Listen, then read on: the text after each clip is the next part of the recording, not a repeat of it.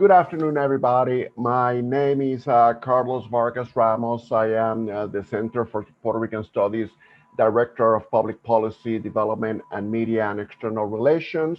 Welcome, everybody, this afternoon to this webinar, Post-Disaster Recovery in Puerto Rico and Local Participation. This is part of a series of webinars we have been conducting at Centro, looking at the impact that the several crises that have affected and afflicted Puerto Rico over the past few years continue to affect, and hopefully providing solutions and recommendations on how to address these problems that the island of Puerto Rico and its people is facing.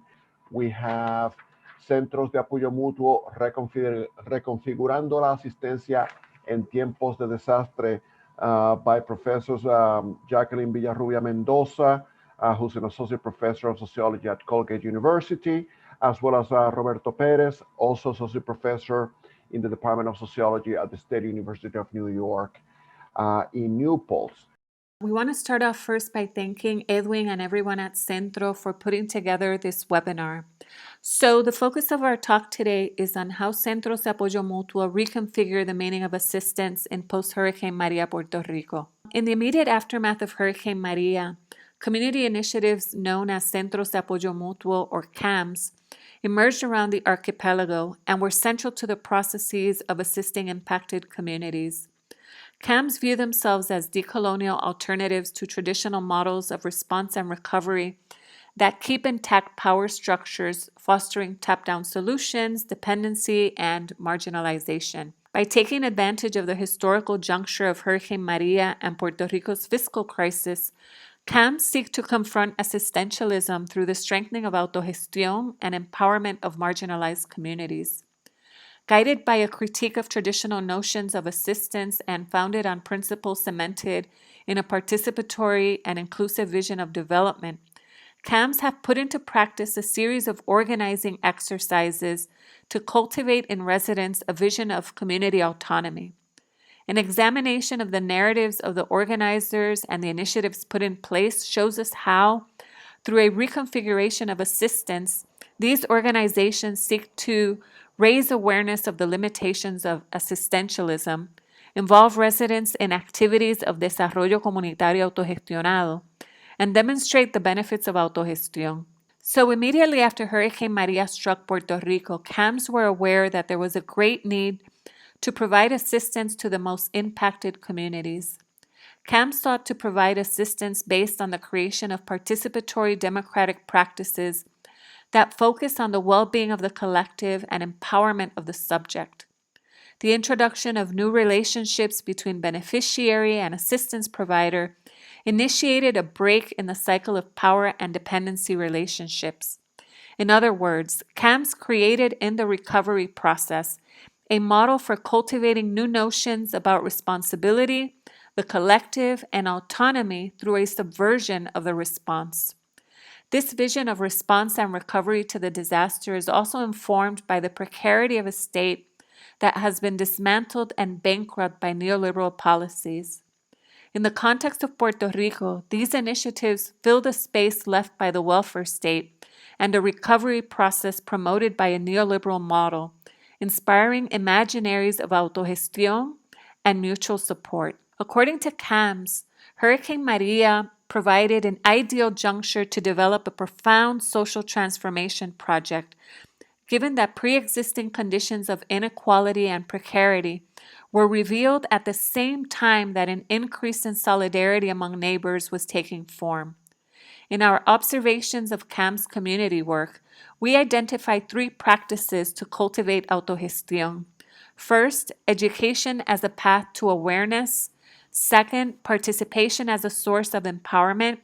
And third, self-sufficiency as the seed for community autonomy. Building autogestión from the ground up is a long-term project as organizers understand the challenge it represents in a society that has only experienced a welfare version of power and development. Our analysis reflects a pattern in which CAMs make extensive use of workshops and educational fairs as part of community support programs. Several camps describe their interventions in communities as bifurcated, since they provide some type of resource or service with a complementary workshop, promoting the consideration of the provisions they receive beyond the current situation. The educational processes that occur in camps take a diversity of forms and spaces, and also assume that everyone has the power to educate. Our data reflects how camps seek to enhance knowledge in different areas, maximizing at all times the use of existing human resources in the community. Under this model, all participating spaces, actions, and people become pedagogical entities that exist in order to transform the community through its own transformation. These learning spaces serve to cultivate a didactic practice on the identification and solution of problems with the goal of producing an awareness of autogestión. In the context of disasters, this social capital is understood as a determining factor in the resilience of a community.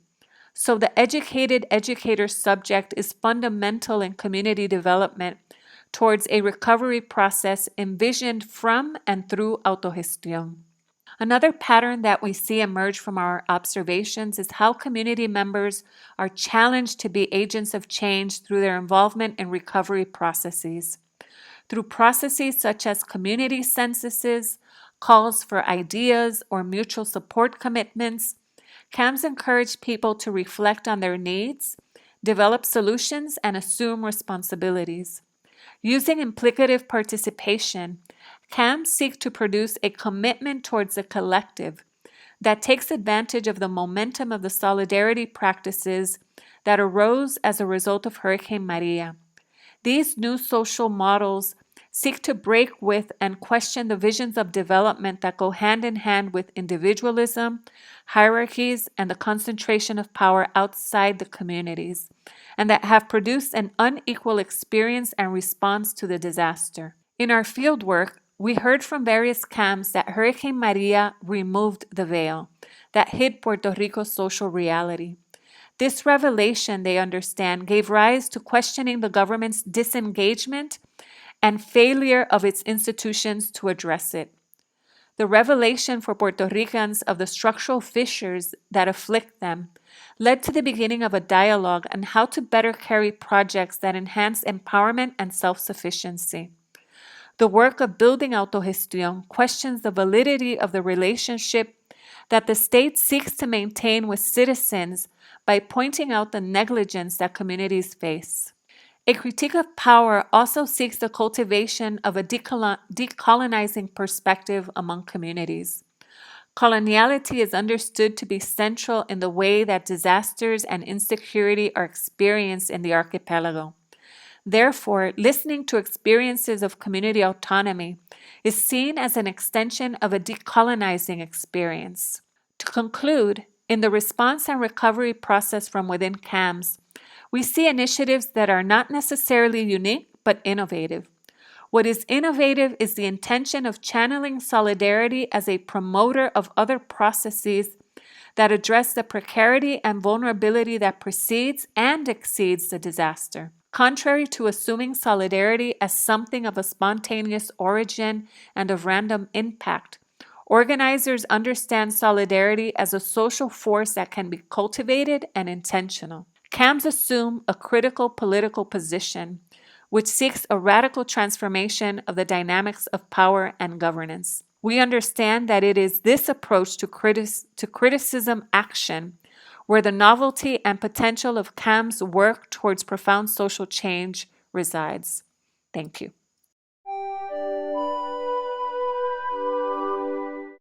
Well, thank you to all our presenters in this first set of presentations this afternoon. I will now like to invite our presenters for this first set of papers to engage the audience in a live exchange based on the questions that have been submitted to the Q&A. To begin the conversation rolling, and I'm going to ask the presenters who presented to make their faces live by um, presenting on their video. Thank you, Roberto. Um, Marinés. Marta, if you can, please join us as well, and Manuel. So I have a number of questions, some of which have already been answered in the Q&A feature, but I nevertheless would like to perhaps expand on some of the answers provided. And to begin, I'm gonna read three questions because I think that they can be answered by all uh, five panelists present. Um, the first two questions that I'm going to actually present. Yeah, let me do two. What is the role of community involvement from the bottom up, from the ground up, right? So what is the role of the grassroots in post disaster recovery in Puerto Rico? That is one set of questions, and also specifically on business development on the island. Can you speak to the growth of businesses throughout the island? What is the distribution of this growth in businesses throughout the island as a result of in the post-disaster moment? And I think that also a broader question is uh, some calls for donations or collaborations of the diaspora. I will have a follow-up question to that on the diaspora, but yeah, let's begin with these three questions that I just posed. Adelante. Well, I can talk about the first one. What is the role of the grassroots? One of them might be just like functional, that for a lot of the grants that are out there and for the CDBGDR, there's like federal protocols that require public participation. And there's a very long history of like people being denied participation and adding that as a very important piece, because that's how plans move forward. You can do a lot of planning, but if people they don't see themselves in the plan, that is a plan that is going to fail. So that's like a second purpose that is not only purely in terms of process, but it's also to make something work. The grassroots has to be involved for that like long-term planning. Okay. Thank you. Does anybody else would like to also take a stab at this question? If I can add to, sorry, Marines. No, okay. Answer yours. If I can add to the same question on what's the role of grassroots in the recovery process, what we learn is that the Centros de Apoyo Mutuo, for instance, what they've done is to encourage individuals in the communities to engage these processes. We have to acknowledge that for a very long time, the way that policy works is that the policy arrives from the sky into the community, right? The government implements a policy or a project or a program on a community, and the community is just a recipient. And what this process, like Ibis just mentioned, it has an element that requires the participation of the community. Now, if the community has never been exposed to processes of participation in policymaking, that means that they need to somehow be encouraged and invited into the discussion. So many organizations in the grassroots, what's done is to encourage individuals and bring information to the communities so the communities can feel and have the tools necessary to actually engage in the process. In some instances, these organizations can also not necessarily serve as the voice of the community, but rather as the ears of the community, so they can bring the information to the community and explain, here is an opportunity for you to actually be part of the process of development in your own places. Yes. Thank you, Roberto. Anybody else would like to address? Yes, the one about the distribution of the business in Puerto Rico. I don't know if Marta or Manuel want to answer this question. Manuel, do you want to answer this one? Or Marta? Yes, I would like to present. Can I present? I would like to share a graph that maybe is, can I share? Let's see. No. I'm not. Well, Yeah. it's okay. I can say about the distribution, we can see that throughout the 8 years that we have been participating in the GEM study, you can see that the TEA, which is the new and the nascent entrepreneurs, has been increasing throughout the years. So there is the intention to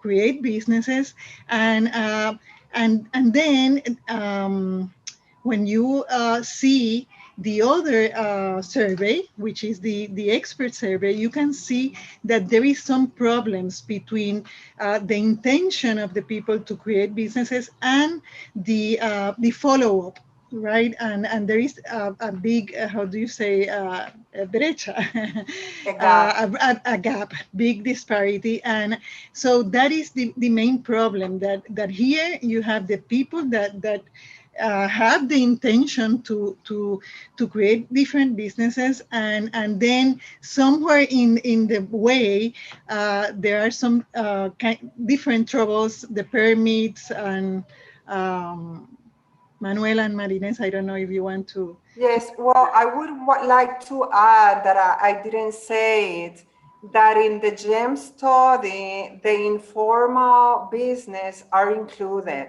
We think that this is really important. And concerning the distribution of the business in the island, although our sample is representative, is a probabilistic sample, and it is representative by region in the island. However, we don't have the specific information about where each business is based. So the sample is geographically representative, but we cannot answer specifically that question about where are the business that we identify in the study. Just thought something to this. Even though we cannot make that distinction, we can more or less have a profile of the entrepreneur, and we know that young people have a very strong entrepreneurial spirit. When we compare age distribution, we see that most of the entrepreneurial initiatives and activities are concentrated in these people between 25 and 40 years. So that's where the strength is. Therefore, if you think about the distribution of the population, of the age distribution of the population in the different areas of Puerto Rico, you can therefore infer that it might be also a distribution that represents entrepreneurial activity, mostly in the areas where young people are more crowded. A slightly related question to the distribution of the growth in businesses post-disaster is, can this increase in new businesses in Puerto Rico, does it involve mostly Puerto Rican, or does it involve also foreigners? And I think that implicit in that question is the fear that there may be in some sectors of the Puerto Rican society as to people just trying to profit from Puerto Rico without necessarily building Puerto Rico up. Well, the sample is from the residents of Puerto Rico. So it has, Manuel put these, is 12%, right, Manuel?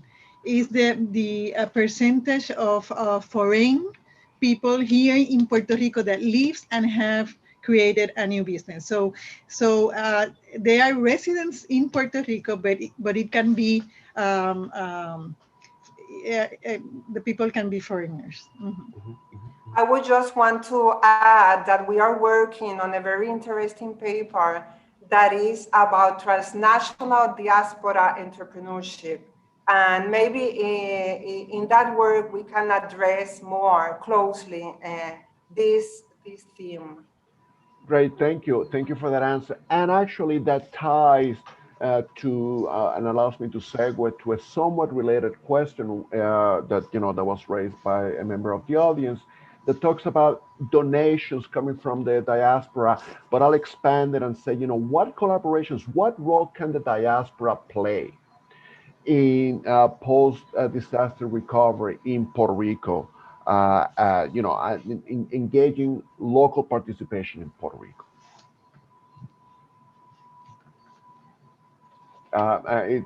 For anybody who would like. And I wanted to say, because like in the something I found surprising in one of the questions of the survey of nonprofits, it was that so we asked like the interaction with other nonprofits, and it increased. Government, it decreased. I was hoping to see that the interaction with organizations of the diaspora will increase for nonprofits, but that wasn't the case. It actually decreased. And one possible answer to that is that if you are receiving people in say Chicago, maybe you are like busy doing that. So in the places that people are going, there's like increased participation in there. At the same time, there's an opportunity to, in a way, transnationally being able to create bridges. And there was a question I saw in the chat about how many people have returned. So that would be an interesting question also for thinking about the diaspora and what is happening with people moving there. Are there like some support system in Puerto Rico so they can go back? And so I think that the diaspora has like a big role, but at the same time, it's important to understand that they have a burden of also when people are moving to that particular location. Okay, well, thank you. Thank you, Professor Ives Garcia. Also, thank you, Professor Roberto Vélez and Professors Aponte, Lobato, and Alvarez. We are moving now to the second set of presentations in the second panel.